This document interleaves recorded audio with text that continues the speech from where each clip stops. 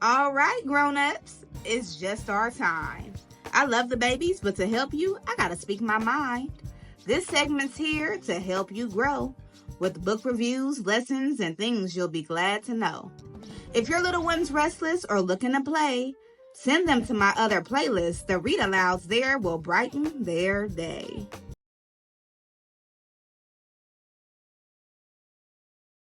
Hello, beautiful people. Welcome back to the Teacher Lady Show. Thank you for joining me on this episode of the Teacher Lady Speaks. I'm Miss Erica, the Teacher Lady, your fairy godparent when it comes to sharing joyful stories and growing young minds. Now, every single week on the Teacher Lady Show, we have a new topic. And this week's topic is all about identity, authenticity, and self expression. We want to raise children who feel confident in who they are, no matter how quirky or strange that might be, okay? And of course, we're using picture books to be able to do so. So this week's featured books are Just Like Me and I Am Me. Two books that very clearly show children what it means to have your own identity and to be unique. Now, we kicked this week off with two read alouds, those two books, on Monday on the Teacher Lady Reads playlist.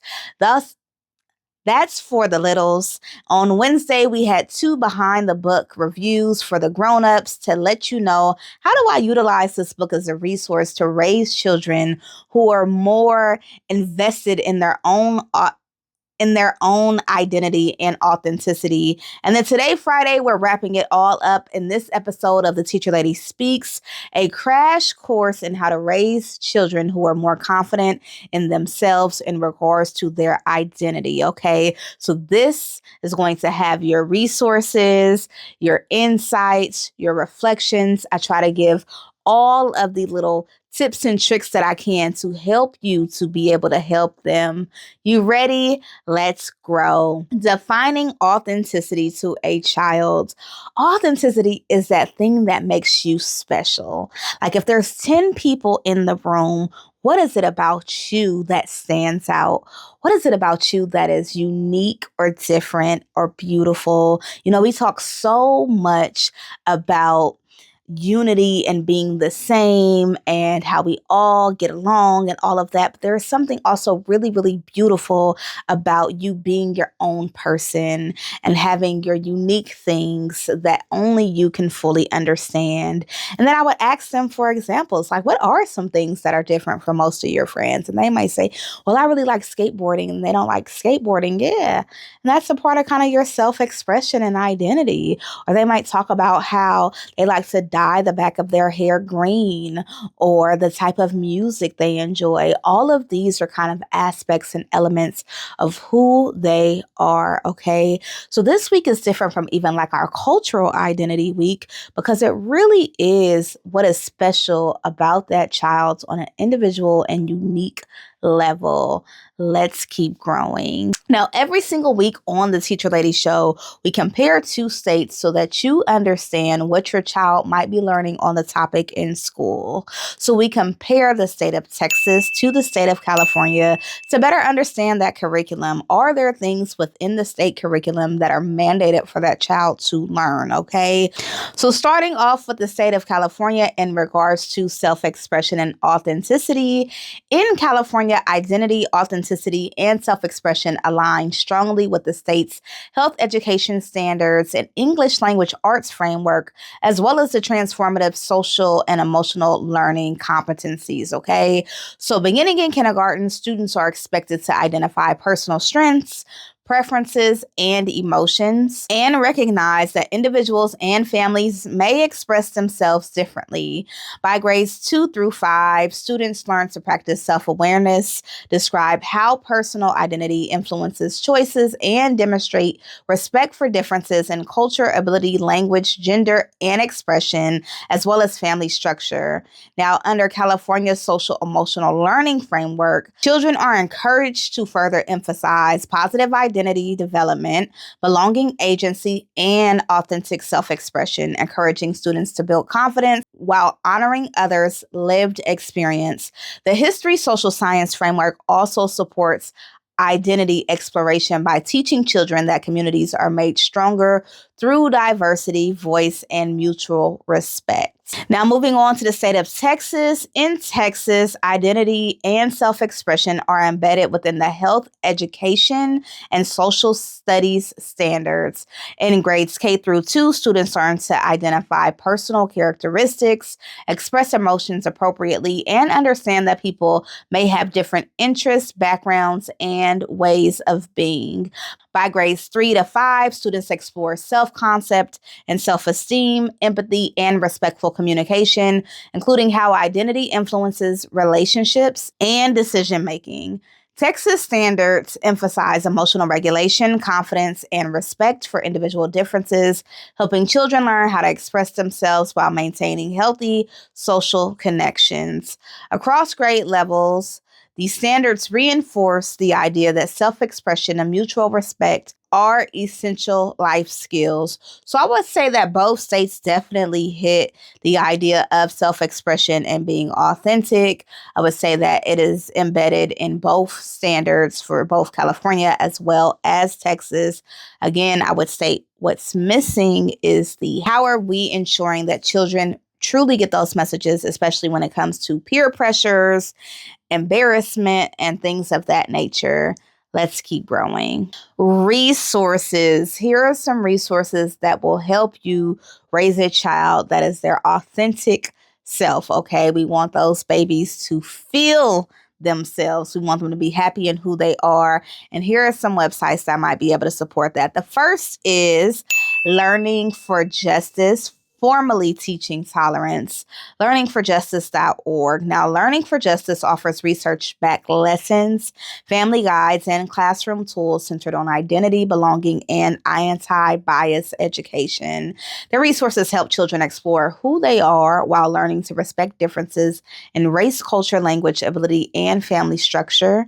Materials are developmentally appropriate, trauma-informed, and grounded in real classroom practice. I like this website because there is truly something for everyone when it comes to supporting that child, the children themselves, the parents or guardians, as well as educators. So be sure to check that out. The next resource is called embracerace.org. Now, this resource supports caregivers in raising children who are confident in their identities and compassionate towards others. Their articles, webinars, and conversation guides help adults talk openly with children about race, culture, and belonging in age-appropriate ways. The organization emphasizes that identity development is ongoing and deeply connected to emotional safety. Definitely check out Embrace Race. So the next resource is actually a resource that I know personally. I used to be the NACCE accreditation specialist, and that means that as an educator, you go through a variety of trainings and best practices for children. So this resource is the National Association for the Education of Young Children, also known as NACCE, NAEYC.org. Now, NACCE offers research-based guidance on identity development in early childhood, including self-concept, cultural identity, and emotional expression. Their articles help adults understand how young children form a sense of self through play, language, and relationships. It's especially good for educators if you're able to go through that accreditation process or look up some of those tools and resources, and you want to be able to support children in being confident in who they are, okay? Now, NACCE accreditation, like all my websites, I recommend that you pull what you think works well and what you think makes sense, and you leave the rest. I have some feelings around some of the information that's shared, but overall, I think that there is more beauty than harm. So be sure to check them out, okay? With that small caveat or asterisk. And the next research. And the next resource we're going to discuss is the last one for now. But of course, if you want more, you know to go onto the website, scroll all the way to the bottom, give me your email address, and I will send out additional resources, okay? The next resource is called understood.org, Self-Concept and Confidence. So understood.org focuses on helping children understand their strengths, challenges, and learning differences. Their resources support positive self-identity, self-advocacy, and emotional confidence, especially for children who may feel different at school. Content is written in accessible language for families and include practical tools for daily support. I like this one because it was specifically designed with that quirky, artistic, and just overall different child in mind. Best practices at home. The first best practice is to encourage their quirkiness wherever possible. So if you have that child that wants to wear polka dots and stripes and hot pink and all the glitters and all of the things all the time, okay, you got that sensory overload child that just wants to put it all on. That might not work for them going to school, and it might not work for them going to church. But can they go to the grocery store dressing themselves? Is it okay for them to go to the park one day a week or even one day every other week? You can do a I dress myself day and let them style themselves. And if you're really feeling funky, you can let them style you too. I think that it's important that in the midst of understanding our societal dynamics and what is culturally appropriate and normal, that we also make space for that child to be weird, for them to be strange, for them to be different, for them to be all over the place, because that is going to encourage their authenticity. Okay. And so find a day where you're comfortable letting them go out in public doing them. And what this does is it truly builds confidence. It truly lets them have agency over themselves and understand that their style is beautiful, that is cool, and that you approve of it, that you're cool with it and good with it. Along those same lines, I would explain why it is that I'm letting you wear this to the park and not the school. I would explain that school is a place for learning, and that sometimes if you have on all these bracelets, if you have all of these things going on, it can distract from that. But this is the perfect place for us to come to the park to be able to show off your new outfit. Along those same lines, because clothes is such a big part of self-expression and identity, I would let your child shop with you. And so instead of you going on the websites and buying all of their clothes or shopping for all of their stuff, allow them to pick out some shirts, allow them to pick out some pants.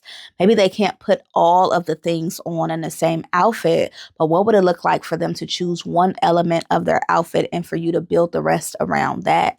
You want to find ways to encourage the things that they're interested in and that they enjoy, okay? Along those same lines, their music preferences. If they're listening to music and you know, it's not that it's inappropriate or you have an issue with the type of music they're listening to, you just don't like that genre, get them some headphones. Allow them a certain amount of time or a certain day to where they can choose that radio station or whatever it might be. A lot of this is going to be around encouraging the things that you might see as odd or other people might find as strange, okay? The next best practice is to listen attentively. When I say listen attentively, I mean that child will tell you what they're interested in. They might hint at it. They might be curious about it. They might say things like, I really want to play baseball, but, you know, my best friend is playing cheerleading. And those are perfect opportunities to encourage your child to do the things that they're interested in. The more a child is able to do the things that they're interested in and drawn to, the more confidence that they will have in themselves and their own decisions, okay? So definitely listening attentively, encouraging the things that they kind of feel embarrassed or weird about. All of those are helpful in raising a child who feels good about themselves and who they are. The next best practice is for them to understand social norms versus whatever it is that they got going on. And what do I mean by this? I believe, especially for children of color, that it is important that they understand how the rest of the world views them. It is a safety component for them not to understand that. Not in the sense to where you need to be overly concerned or worried or even change who you are because of that, but having the knowledge and the understanding that there is a chance that you would get the job if you changed your hair, or there was a chance that you're more likely to get hired as a teacher if you wore this outfit. Having that understanding for survival purposes is extremely important, but it does not take away the power and the beauty in what you got going on, the makeup that you like and the hair that you like. So teaching code switching, teaching survival mechanisms, not in a way to tear that child down, so that they have the understanding of how other things will be viewed, okay? Because that is important. The next best practice is to make sure that you have outlets for their self-expression. Are they old enough to have a YouTube channel where they can go sing with their rock band? Are they able to do a school performance in the wintertime because they've been practicing so much? What clubs can they join? How can they connect with other people who are also embedded in their own self-expression and identity? The more that you make this a part of their day-to-day, you get them in those classes, those groups, you get them performing and doing, you allow them to be seen in their quirkiness, the more confident they will be, okay? I cannot drill that enough. The way in which you respond to your child's uniqueness, the way in which you support it or shut it down, it does make a difference. I am the first to tell my child no, because we're not wearing that summer dress because it's raining outside, okay?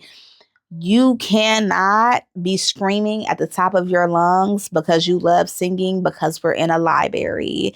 So explaining that it's not the thing that you're doing that's the problem. It's the way in which it's being done. It's the environment.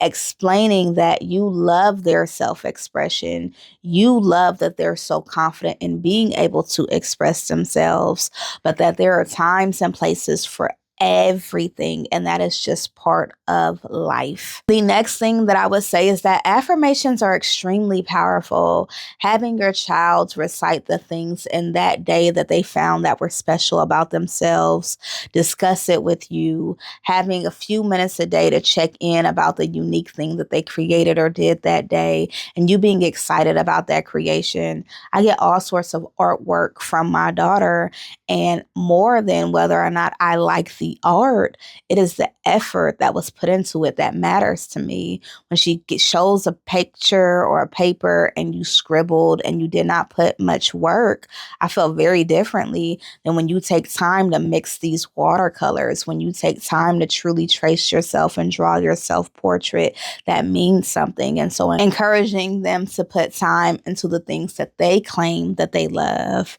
If this is your way of self-expression, then it should be work. You should put some time into making it as special and as unique as you are, and just really building them up, really encouraging those differences and those things that are special, and finding ways to incorporate it, allowing them to teach you or show you the new thing, making time for them to express themselves. All of these are best practices. So many of our children are under attack to be normal, to fit in. Now social media is running wild in terms of the expectation. You got 13-year-olds that look like they're 30. Everybody is getting different surgeries to alter themselves, and it's being shown. And all of that is hard for a child to see and say, well, I'm just going to be special just as I am. Not that anything is wrong with surgery if that's what a person chooses to do. But when it comes to children, I believe that there has to be a protection and a reminder that just who you are is really, really cool and really beautiful and really unique. And so what I'm trying to articulate is that a lot has to be combated against to have confidence in your identity and your differences today. There is a great deal, and all of that starts at home with some of these best practices. And then my last best practice is, what is it about you that's quirky or different? Show that to them. Point that out. Most of my coworkers come to work and they wear really boring black and white outfits. And after working there for 2 years, I asked, was it okay to add some color? So I like wearing color to work. And that's something that's different.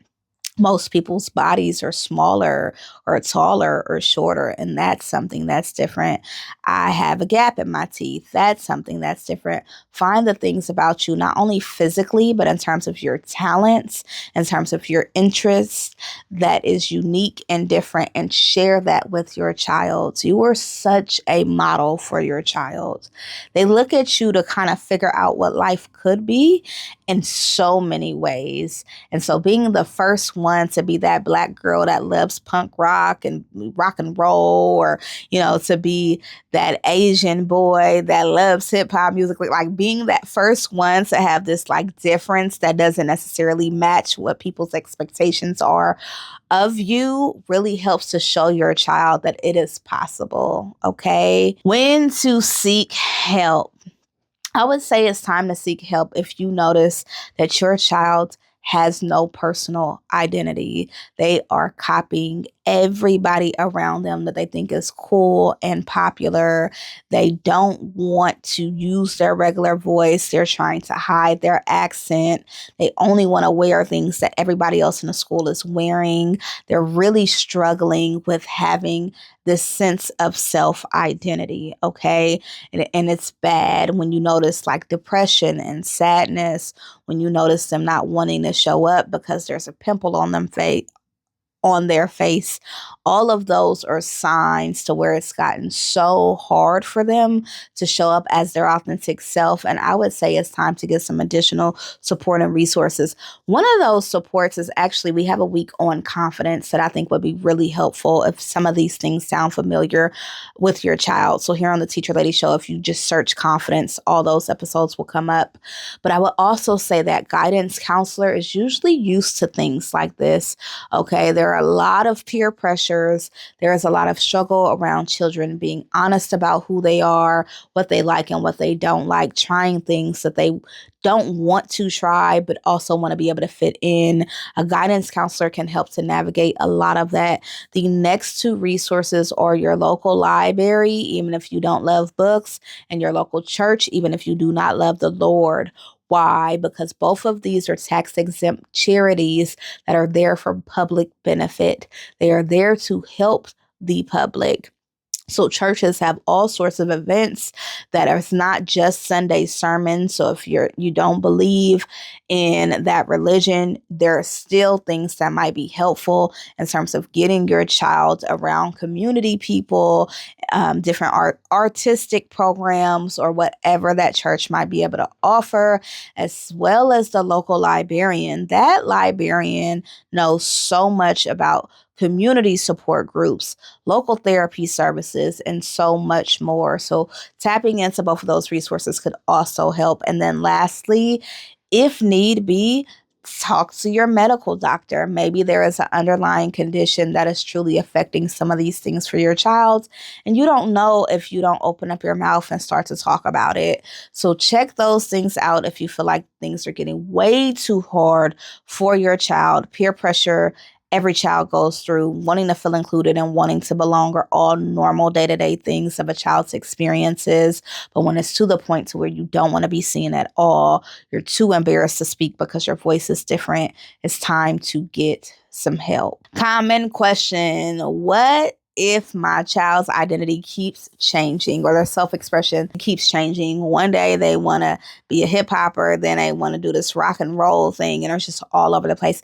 That is normal. That is how you figure out what is authentic and true for you. You try it on, you test it out, you realize you don't like it. Baby, I cannot stand jeans that are too tight. They're uncomfortable. They rub me the wrong way. I don't like them. Just because I can fit it, just because it's zipped don't mean it fit, okay? And so that is not something I would know unless I did what? Put on the same apple bottom jeans as everybody else. And it is important that children have the ability to try things, because as you try things, you will realize what works well and what feels good for you. What is my identity? What are the things that are important? Now, this is two-sided because you want that child to explore, but you also want to hold them to the choices that they make. What do I mean by this? Let's say your child comes home and they're interested in violin.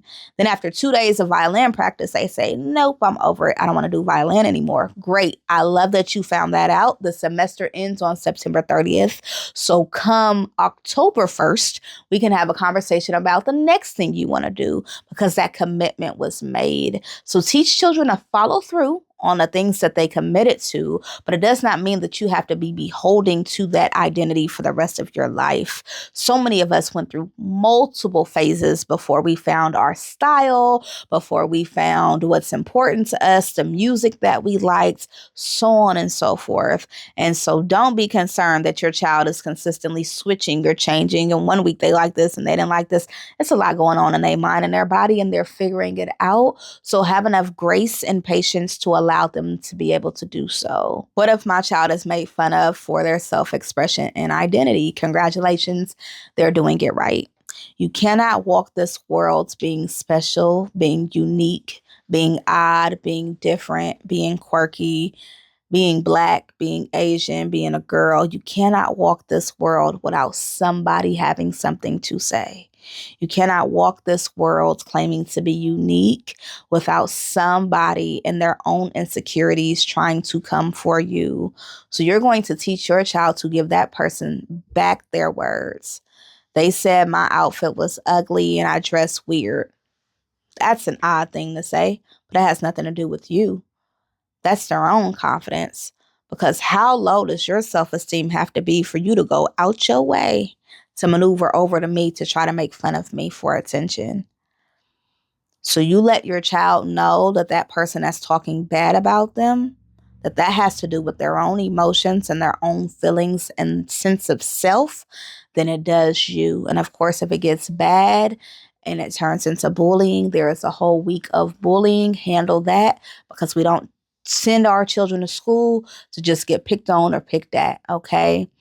Okay, the last common question: how do I help my child build confidence? Well, for one, you be their bigger cheerleader. I just saw a TikTok video of a girl who said her mother is like obsessed with her. Like she just loves her so much. She does her hair and she's like, I know everybody said how cute your hair was. And then the girl is like, no, you're the only one who always says that. You're the only one who thinks I'm the most special thing ever. But it did something to her because I only need one person to believe that about me. Okay. So you build their confidence up. You help to build their self-esteem up. You encourage them. You let them know how proud you are of them. You encourage them to teach you. What's this new thing you're doing with the yo-yo? How do you do that? You show interest. And let me be clear. You don't have to be interested in the thing, the yo-yo, the skateboard, the over black eyeliner thing they got going on. You don't have to be interested in a thing, but you need to be interested in your child. And your interest in your child needs to be bigger than whatever you're not interested in in regards to what it is that they're doing, because you have such a wide and large impact.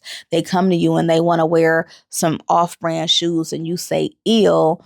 They're not going to feel comfortable expressing themselves in that way anymore. You have the ability to build them up very, very, very high. And you also have the ability to shut them all the way down. Choose wisely. Wow. Thank you for learning with me, for growing with me, and for being part of this book loving community. I feel like self-expression truly is a life journey.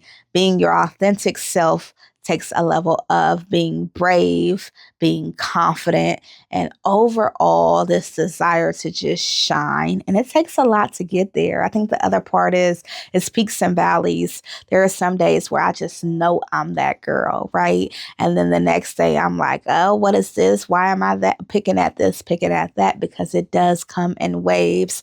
But overall, you want to make sure your highs outweigh those lows and encourage your child to build themselves up, and you build yourself up because you've made it through another week with me.